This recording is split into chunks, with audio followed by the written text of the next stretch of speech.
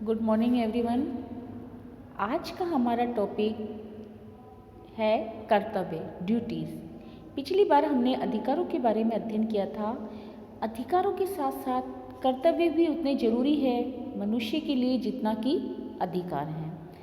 जैसे कि कर्तव्य को परिभाषित करते हुए हम कह सकते हैं कि किसी विशेष कार्य को करने या न करने के संबंध में जब व्यक्ति का उत्तरदायित्व होता है उसे हम कर्तव्य कहते हैं।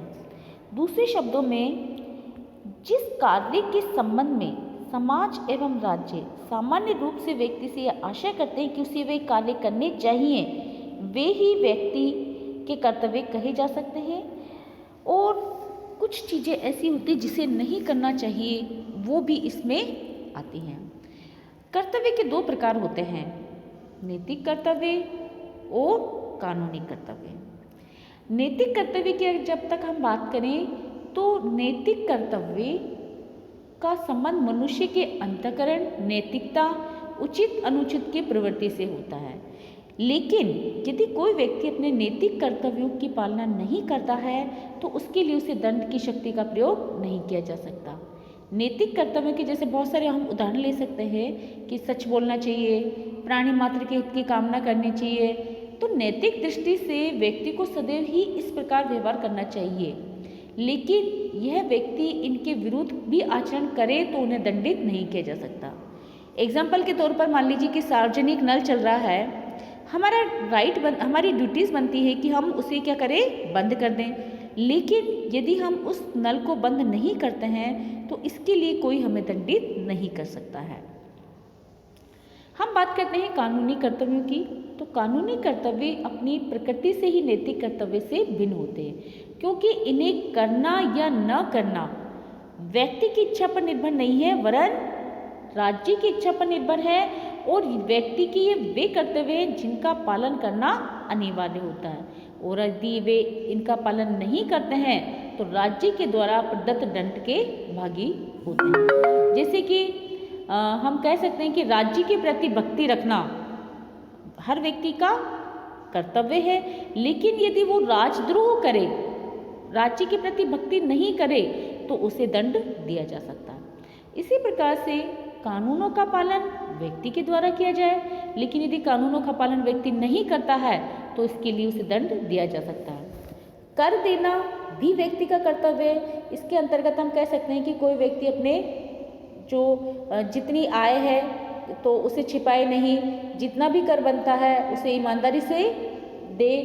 यदि वो ऐसा नहीं करता है तो हम उस राज्य क्या करेगा, उसे दंड दे सकता है।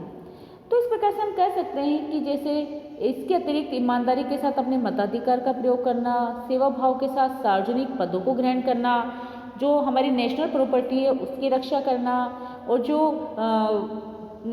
राज्य कर्मचारी होते हैं यदि वो अपने किसी कर्तव्य का पालन कर रहे हैं तो उसमें हमें सहायता करनी चाहिए।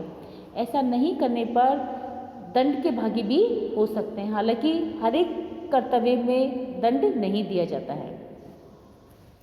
तो इस प्रकार से हमने देखा कि जितना व्यक्ति के लिए अधिकार आवश्यक है उतने ही व्यक्ति के लिए कर्तव्य भी आवश्यक है। तो हम बात करते हैं कि अधिकार और कर्तव्य के अंदर का क्या संबंध होता है। ये एक दूसरे से राइट्स एंड ड्यूटीज हैं, वो एक दूसरे से कैसे रिलेटेड हैं। तो अधिकारों का महत्व कर्तव्यों के संसार में ही है, जैसा कि वाइल्ड ने कहा है, it is only in a world of duties that rights have significance. इसी प्रकार से डॉक्टर बेनी प्रसाद ने कहा है कि दोनों ही, अर्थात अधिकार और कर्तव्य दोनों ही सामाजिक हैं, दोनों ही तत्वतः सही जीवन की शर्तें हैं जो समाज के सभी व्यक्तियों को प्राप्त होनी चाहिए। तो इस प्रकार से यद्यपि हम अधिकार और कर्तव्य को एक दूसरे के विरोधी समझते हैं, लेकिन ऐसा नहीं है, क्योंकि अधिकार का आश्रय जहाँ किसी विशेष व्यक्ति के द्वारा किसी विशेष व्यक्ति को किसी प्रकार का कार्य करने के लिए बाध्य किया जा सकता है, तो यहाँ पर अधिकार प्राप्त करने का अभिप्राय लाभ उठाने से होता है। लेकिन कर्तव्य का तात्पर्य क्या है कि दूसरों के लिए कोई कार्य करना और इस कारण उसे व्यक्तिगत हानि के रूप में समझा जाता है। तो एक तरीके से दोनों में विरोधाभास दिखाई देता है। लेकिन बेनी प्रसाद ने ठीक ही कहा है कि अधिकार और कर्तव्य एक ही सिक्के से के दो पहलू हैं। यदि व्यक्ति उन्हें अपने दृष्टिकोण से देखता है तो अधिकार है, और दूसरों के दृष्टिकोण से देखे तो वो कर्तव्य हो जाते हैं। तो हम इनको इस प्रकार से स्पष्ट कर सकते हैं कि जब एक व्यक्ति का अधिकार दूसरे व्यक्ति का कर्तव्य है, क्योंकि सहयोग के द्वारा ही अधिकार अस्तित्व में आते हैं, और जहाँ से एक व्यक्ति का अधिकार समाप्त होता है दूसरे व्यक्ति का अधिकार शुरू हो जाता है। एक व्यक्ति का अधिकार समाज के दूसरे व्यक्तियों का कर्तव्य होता है, और व्यक्ति के अधिकार इस बात पर निर्भर करते हैं कि समाज के दूसरे व्यक्ति उसके प्रति अपने कर्तव्य का किस सीमा तक पालन करते हैं। जैसे मुझे अपने विचारों और भाषण की स्वतंत्रता का अधिकार है, लेकिन इसका प्रयोग मेरे द्वारा इस प्रकार किया जाना चाहिए कि इससे किसी और को कोई बाधा उत्पन्न नहीं हो। इसी प्रकार व्यक्ति का अधिकार उसका एक कर्तव्य निश्चित करता है कि वह दूसरों के समान अधिकार को स्वीकार करे। अर्थात यदि प्रत्येक व्यक्ति केवल अपने अधिकार का ही ध्यान रखे और दूसरों के प्रति कर्तव्यों का पालन न करे तो शीघ्र ही किसी के लिए भी अधिकार नहीं रहेंगे, क्योंकि समाज में अव्यवस्था उत्पन्न हो जाएगी। नागरिकों का अधिकार राज्य का कर्तव्य है, क्योंकि व्यक्ति का वह दावा है कि जिसे समाज स्वीकार करता है और राज्य उसे लागू करता है। इस प्रकार व्यक्ति के अधिकार राज्य के अधिकारों को लागू करने की क्षमता और तत्परता पर निर्भर करते हैं। यदि किसी व्यक्ति के अधिकारों में कोई दूसरा व्यक्ति सरकारी अधिकारी बाधक सिद्ध होता है तो राज्य का कर्तव्य हो जाता है कि वो उसे क्या दे, दंड दे। इसी प्रकार से व्यक्ति का अधिकार समाज के प्रति उसका कर्तव्य भी है, क्योंकि उसे जितने भी अधिकार प्राप्त हुए हैं उसका प्रयोग उसे इस प्रकार से करना चाहिए कि दूसरों के अधिकारों में बाधा उत्पन्न नहीं हो। जैसे हम कह सकते हैं कि राज्य के द्वारा विचार और भाषण की स्वतंत्रता का अधिकार दिया गया है, तो इसके लिए मैं ऐसा कुछ नहीं कह सकता हूँ कि जिससे दूसरे व्यक्ति की मानहानि हो या न्यायालय का अपमान हो या सदाचार के नियमों की विरुद्ध हो। अगर ऐसा होता है, दूसरे व्यक्ति की मानहानि होती है, न्यायालय का अपमान होता है या सदाचार के विपरीत है, तो मेरे इस अधिकार को सीमित किया जा सकता है और विशेष परिस्थितियों में इस प्रकार के अधिकार को समाप्त भी किया जा सकता है।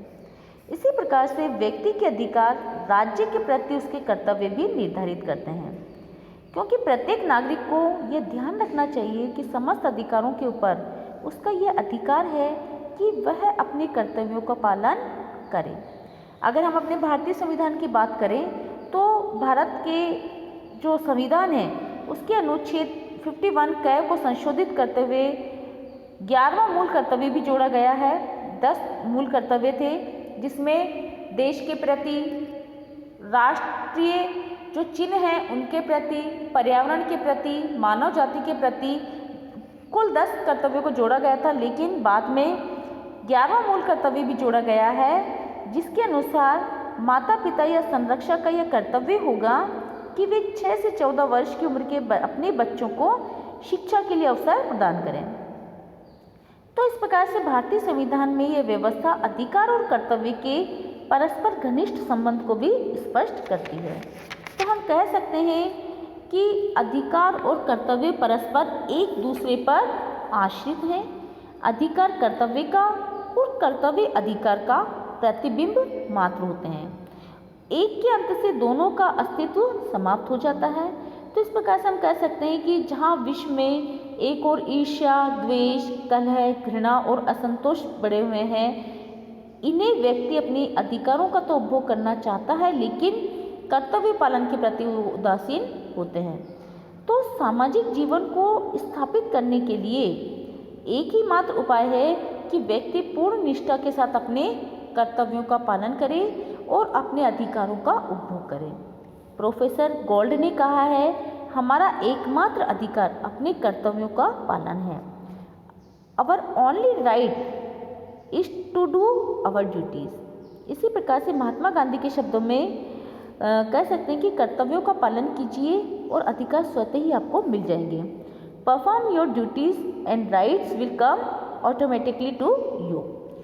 तो इस प्रकार से अधिकार और कर्तव्य दोनों एक दूसरे के साथ जुड़े हुए हैं और बिना अधिकारों के कर्तव्य और बिना कर्तव्यों के अधिकार क्या हैं, कहना चाहिए महत्वहीन है। हमें यदि अपने अधिकारों को प्राप्त करना है तो हमें उसके साथ साथ अपने कर्तव्यों का पालन भी सुनिश्चित करना होगा। धन्यवाद।